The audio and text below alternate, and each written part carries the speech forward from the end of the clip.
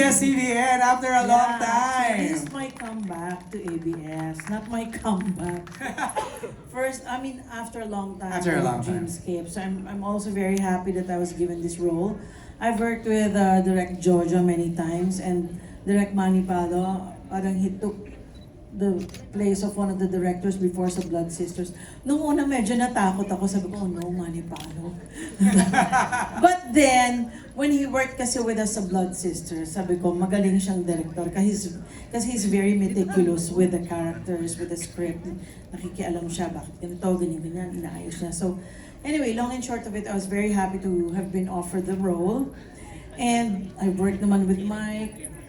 Jameson is the first time. Jane also first time. But I really wanted to work with Joshua kasi nung napanood ko siya sa movie na he had a movie with Julia na sabi ko, ang galing ng batang to, gusto kong makatrabaho. And then I saw him pa again sa yung movie niya with Maricel, yung meet greet. Sabi ko, ang ganda ng area nilang dalawa, yung mahabang-mahaba niyang area. Sabi ko, palakpak talaga, ang galing ng batang to.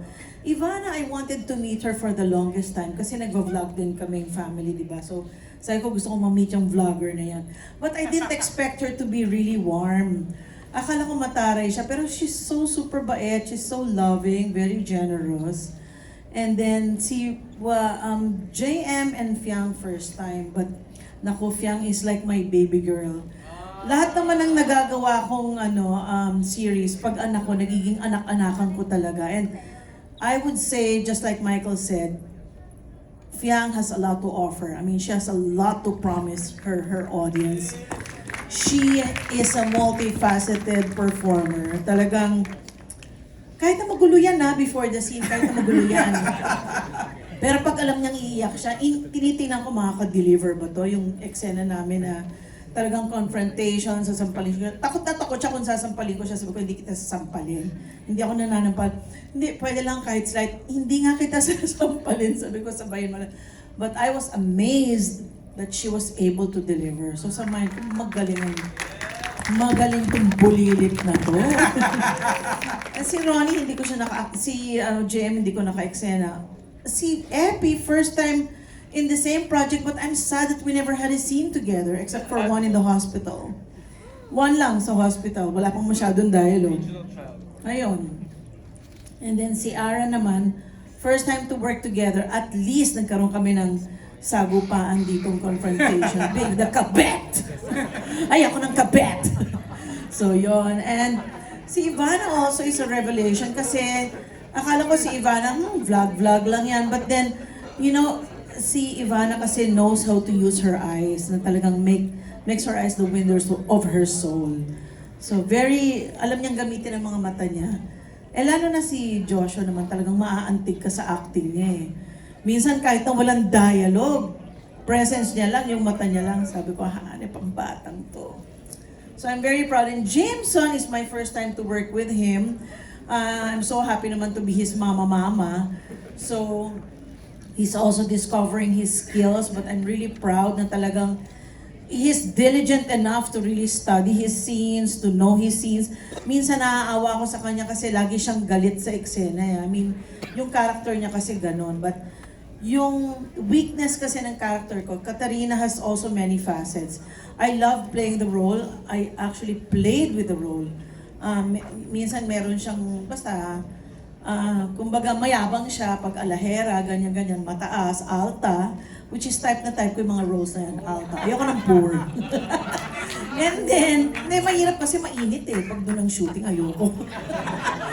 Pero pagdating nga kay Divino, naiinis ako sa mga pambababae niya. But yet, I'm not so kawawa naman to run after him. Parang, sabi ko nga parang a man who's easily taken is public property and it's not my business to run after something that's publicly owned. I know me. Diba? Parang you know yourself. Nakakatuwa. Basta one thing that I really liked about working in this set, para kaming family. Pag nasa room kami nila, Jane, si Fiang, ang gulo-gulo namin. Tawanan lang kami ng tawanan. For the first time, I felt like I wasn't 64. I felt like I was in my 30s or 20s kasi giggling talaga kami all the mga kilig things ng mga mako. If the walls only had ears. At saka ang sarap sa set na to kasi madalas magpakain ng mga direktor. Ah, yun naman pala. That's a Paano, secret. ang dalas magpakain, ang sarap naman magluto ni Direk Jojo. Ay, grabe. So, bonggang-bongga na nakasama ko sa project na to at sana may next. Yun. Para makakain uli ako. Thank you, Miss Dina. Grabe. Floating on cloud nine si Fiang, si Ivana, saka si Joshua sa mga sinabi ni Miss Dina. Ara, ikaw naman. How does it feel to be part of Love Is Never Gone? I never expected na magiging part ako ng show kasi ako yung pinaka-late na pumasok sa Last edition. last edition na pumasok na dito sa cast. And hindi naman po ako nagdalawang isip na tanggapin yung ano. Kasi like what Miss D told earlier na nung pinanood niya si Joshua na magaling si Joshua, sabi ko napanood ko na rin siya. Sabi ko magaling tong batang to. So nung in-offer na magiging mom ako ni Joshua, okay, so parang hindi ako nagdalawang isip. I don't think na mahirapan akong maging katrabaho siya, which is hindi talaga. Hindi ako nagkamali sa pagtanggap. And I've worked with Miss D long time ago. Sobrang tagal na and happy ako naka-work ko siya. And of course, si Kuya Mike with Provinciano, pero hindi kami magka-eksena doon sa Provinciano. And this is my actually comeback after 4 years sa serye.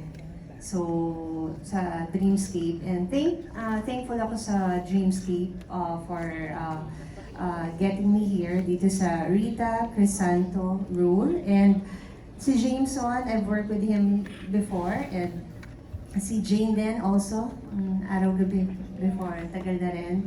And iba na, long time din na, tagal na yun. So marami ka na naka-work in this Araw-gabi din, cast. araw-gabi Oh, din. wow. And first time with JM and Fiang, nag-enjoy ako katrabaho sila. And nung una, feeling ko suplada si Fiang. Ay. Sabi ko, no, hindi, nahiya lang pala siya.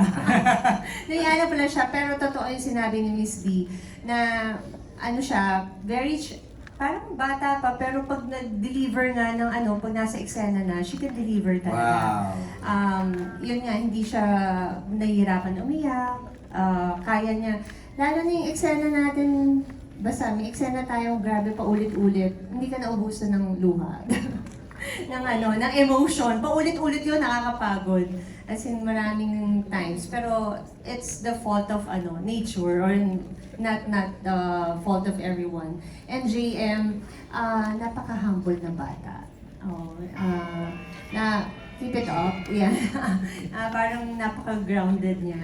And of course, Epi, ngayon lang kami nagkatrabaho ng mas matagal. Like before. And Direk Manny and Direk Jojo, I love working with them. Sobrang kahit marami na ako nakasamang directors, marami pa rin ako natututunan with them. And syempre kahit matagal ka na sa industry, you never stop learning.